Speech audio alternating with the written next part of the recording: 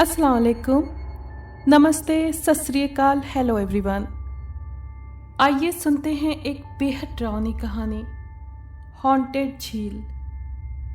Katie ने छुट्टी से पहले अपना बैग चेक किया और जिप बंद करने के बाद अपने दोस्तों के पास आकर बैठ गई। दोस्तों, मैं तुम लोगों के साथ सैर के लिए जाना चाहती हूँ। झील किनारे ठंडी ठंडी हवा में सैर का बहुत ज़्यादा मज़ा आएगा। बोलो कौन कौन जा रहा है? मैं तो चलूँगा, केविन ने कहा। हाँ बिल्कुल, मैं भी चलूँगी, मज़ा आएगा, एमिली ने कहा। वैसे तुम लोग कहाँ जाने की बात कर रहे हो? जेनिफर ने पूछा। हम झील पर जाने की बात कर रहे हैं, लेकिन तुम हमारे साथ नहीं जा सकती, कैटी ने मुंह बिसोर कर कहा, क्योंकि उसे हमेशा उस चश्मे वाली लड़की से चिढ़ होती थी। प्लीज़ तुम लोग वहाँ मत जाना। मैंने उस जगह के बारे में बड़ी अजीब अजीब और भयानक बातें सुन रखी हैं, जेनिफर ने कहा। और तुमने ये कहानियाँ किससे सुनी हैं? अपनी नानी से? कैटी ने हंसते हुए तंज से पूछा, तो केविन और एमिली हंस दिए। तुम लोग अगर मेरा मजाक उड़ाना चाहते हो तो भले उड़ा लो, लेकिन प्लीज़ इस बात को मजाक मत समझो, जेनिफर ने कहा। प्लीज़ जेनिफर, अगर मैं तुम्हें साथ सैर के लिए नहीं ले जा रही तो इसका ये मतलब तो नहीं है कि तुम इस तरह अपनी मनमानी का सबूत दो, कैटी ने गुस्से से कहा। आखिर तुम्हारी प्रॉब्लम क्या है? अब के एमिली बोली। मैं बस तुम्हें खबरदार कर रही थी। दरअसल मुझे तुमसे हमदर्दी है। आगे तुम्हारी मर्जी, जो चाहो करो, मैं ज़बरदस्ती नहीं कर रही। तुम ज़बरदस्ती कर भी नहीं सकती, कैटी ने कहा, तो जेनिफर वहाँ से हट गई। फिर ये लोग आपस में जाने की बातें करने लगे। तुम लोग इस इतवार को तैयार रहना। इतवार के दिन तीनों दोस्त जेनिफर के खबरदार करने की परवाह किए बगैर कार में बैठकर झील की तरफ रवाना हो गए। काफ़ी लंबे सफ़र के बाद ये लोग जंगल में दाखिल हो गए। गाड़ी कैटी चला रही थी। एक जगह पहुंचकर उन्होंने अपनी कार रोकी और सारे बाहर निकल आए। चलो दोस्तों, अपना अपना सामान निकालो, केविन ने कहा, तो कैटी और एमिली ने अपना अपना बैग निकाला और केविन के साथ झील की तरफ बढ़ने लगीं। झील से कुछ फासले पर उन्होंने अपना टेंट लगा लिया। केविन ने अलग टेंट लगाया, एमिली और कैटी ने अलग अलग टेंट लगाया। उसके बाद ये लोग झील किनारे बैठकर बातें करने लगे। जब शाम का वक्त करीब आया तो उन्होंने लकड़ियाँ इकट्ठी करके आग जलाई और केविन उस पर चाय बनाने लगा। एमिली और कैटी चाय का इंतज़ार करने लगी थी, क्योंकि उन्हें सर्दी भी लग रही थी। अचानक ही कैटी को यूँ महसूस हुआ जैसा कि झाड़ियों में कुछ है। अरे, उस तरफ क्या है? कैटी ने घबराकर पूछा। इतने घने जंगल में सिवाय किसी जंगली जानवर के और क्या हो सकता है? केविन ने डरने की एक्टिंग करते हुए कहा और फिर खुद ही अपनी शरारत पर हंसने लगा। केविन, प्लीज़, ये कोई मजाक नहीं है। मैंने अभी वहाँ सचमुच में किसी को देखा है, कैटी ने गुस्से से कहा। अब रहने भी दो कैटी, तुम किसे बेवकूफ़ बनाने चली हो, केविन ने कहा। और फिर कैटी ने जिद की कि वो लोग वहाँ जाकर चेक करें कि आखिर उस जगह झाड़ियों में क्या था। तो फिर केविन उस जगह जाकर देखने लगा। अचानक ही लड़कियों को केविन के चीखने की आवाज़ आई। यूँ लगता था जैसे वो बहुत बड़ी मुसीबत में है। अरे, लगता है केविन किसी मुसीबत में है, एमिली घबराकर बोली। हमें उसकी मदद करनी चाहिए, चलो चल कर देखते हैं, कैटी ने कहा। और फिर दोनों उठ खड़ी हुईं। वो दोनों तेज़ तेज़ कदम बढ़ाती झाड़ियों की तरफ गईं, तो उन्होंने देखा कि केविन नीचे ज़मीन पर पड़ा गहरी गहरी सांसें ले रहा है। वो बुरी तरह हाँफ रहा था। केविन, क्या हुआ? कैटी चीख कर बोली। एमिली पर भी दहशत तारी थी। मैं तो बस केविन ने हाँफते हुए कहा। तुम लोगों की टांग खींच रहा था। आखिरी जुमला केविन ने हंसते हुए कहा तो कैटी और एमिली का मारे गुस्से से बुरा हाल हो गया। केविन, तुम कितने कमीने हो, एमिली गुस्से से कहती और पैर पटकती वहां से चली गई। कैटी भी उसके पीछे पीछे चल दी, जबकि केविन की हंसी नहीं रुक रही थी। कैटी और एमिली का मूड बहुत खराब था। उन्हें खुश करने के लिए केविन ने उन्हें मग्गों में चाय निकाल कर दी। सच कह देती हूँ केविन, अगर तुमने दोबारा ऐसी कोई हरकत की तो मैं तुम्हें जान से मार दूंगी, कैटी ने गुस्से से कहा। आई एम सॉरी यार, केविन ने कहा और एक बार फिर हंस पड़ा। केविन, चुप कर जाओ, बदतमीज़। तुम्हें कुछ अंदाज़ा है तुम्हारी इस बेकार की शरारत से हम दोनों कितना डर गए थे? एमिली तेवर चढ़ाकर बोली। वादा करो जब तक हम लोग यहाँ हैं दोबारा ऐसी कोई हरकत नहीं करोगे।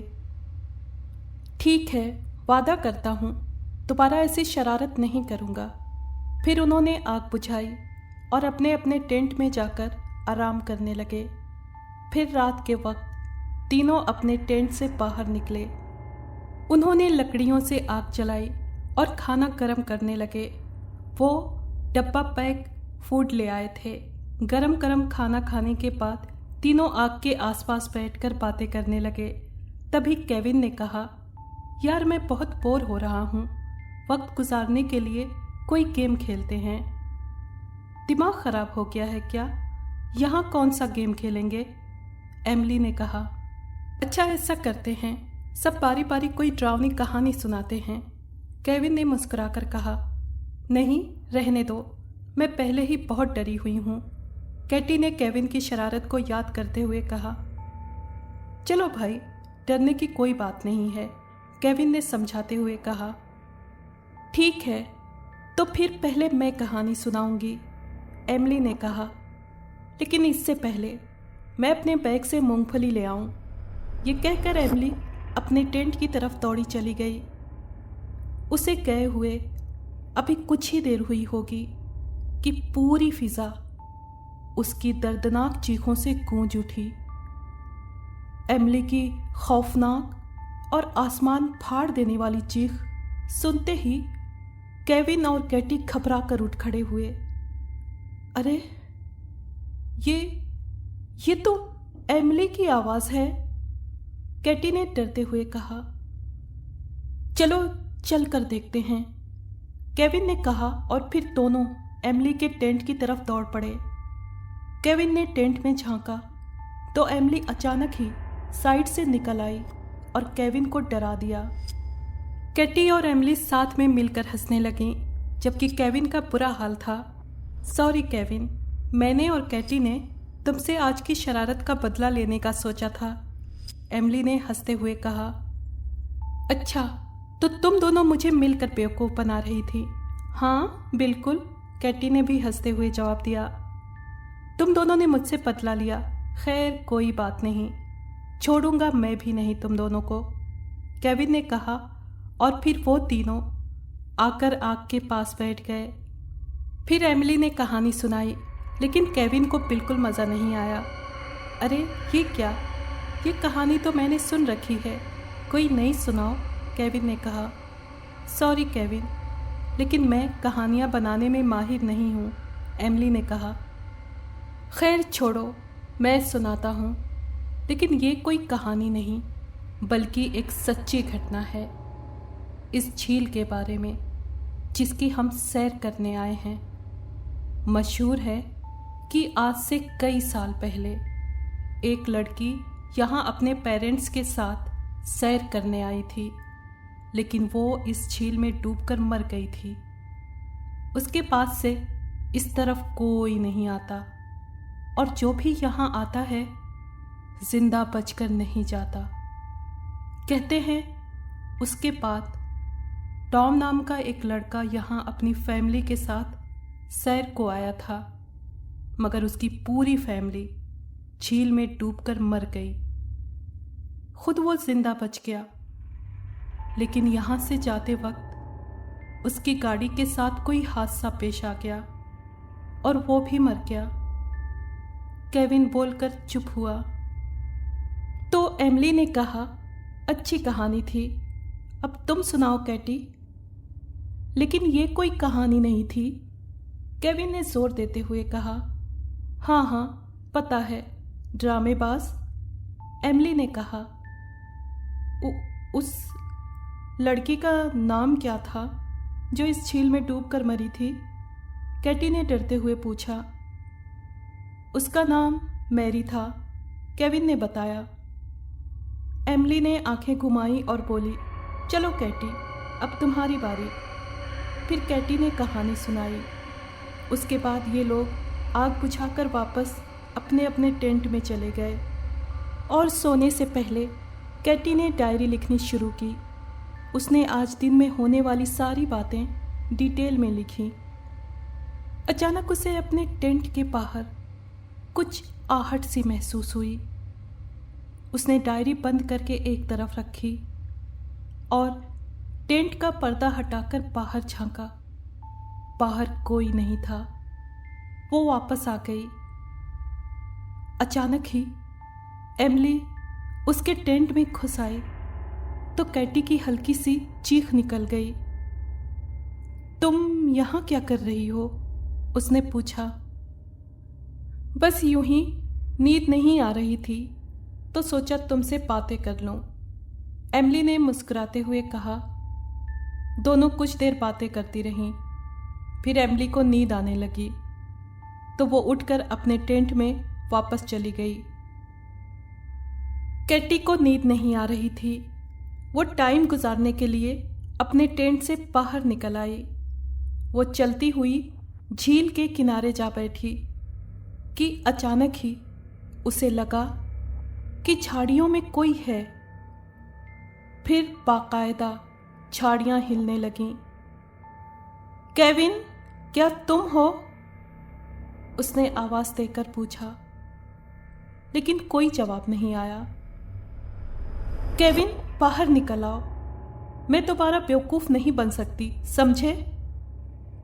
तुम मुझे दोबारा धोखा नहीं दे सकते, वो चीख कर बोली। मगर अब भी कोई जवाब नहीं आया। तो वो हिम्मत करके खुद ही उस तरफ देखने के लिए चल दी। उसने झाड़ियां हटाकर देखा तो सामने केविन की लाश पड़ी थी। केविन, केविन, कैटी ने उसे जोर से आवाज दी, लेकिन वो नहीं हिला। तो वो परेशान होकर एमिली को बुलाने के लिए उसके टेंट की तरफ चली गई। वो एमिली के टेंट में पर्दा हटाकर घुस गई। एमिली बेखबर सो रही थी। उसने एमिली को झिझोड़ कर उठाया। उठो एमिली, जल्दी उठो, केविन मुसीबत में है, कैटी ने कहा। क्या हुआ? एमिली ने पूछा। तो कैटी ने उसे सारी बात बताई। तो एमिली जल्दी से उसके साथ बाहर निकली। थोड़ी दूर चल के कैटी को लगा कि एमिली उसके पीछे नहीं चल रही। उसने मुड़कर देखा तो एमिली के बजाय वहां एक और ही लड़की खड़ी थी। सफेद कपड़ों में लड़की बेहद रहस्यमयी और डरावनी लग रही थी। फिर जब कैटी की नजर उसके पैरों पर पड़ी तो उसकी जान ही निकल गई, क्योंकि रहस्यमयी लड़की के पैर मुड़े हुए थे। कैटी अपनी पूरी हिम्मत जमा करके वहां से भागी। वो लड़की भी तेज तेज चलती उसके पीछे भागी। कैटी जैसे ही झील के पास से गुजरी, उसे एमिली की लाश झील में तैरती हुई नजर आई। कैटी एक भयानक चीख मारकर गाड़ी की तरफ लपकी। उसने बदहवासी के आलम में गाड़ी का दरवाजा खोला और अंदर बैठ गई। गाड़ी स्टार्ट की और तेजी से वहां से निकलती चली गई। इस वक्त उसकी गाड़ी सड़क पर दौड़ रही थी। कैटी लगातार रोए जा रही थी। अचानक ही वो मुड़े पैरों वाली लड़की उसके सामने आ गई तो कैटी के पूरे जिस्म में छुरछुरी दौड़ गई और सामने मौजूद लड़की की आंखों में अंगारे दहकने लगे। कैटी की गाड़ी बेकाबू हो गई और सीधी तरफ खाई में जा गिरी। कैटी चीखती चिल्लाती खाई में गिरती चली गई गाड़ी समेत, और फिर गाड़ी एक धमाके के साथ तबाह हो गई। इस घटना के 1 साल बाद फ्रैंक अपने फ्रेंड्स के साथ बैठा स्कूल में बातें कर रहा था। दोस्तों, क्यों ना झील किनारे सैर करने चला जाए, उसने कहा तो सब उसकी हाँ में हाँ मिलाने लगे।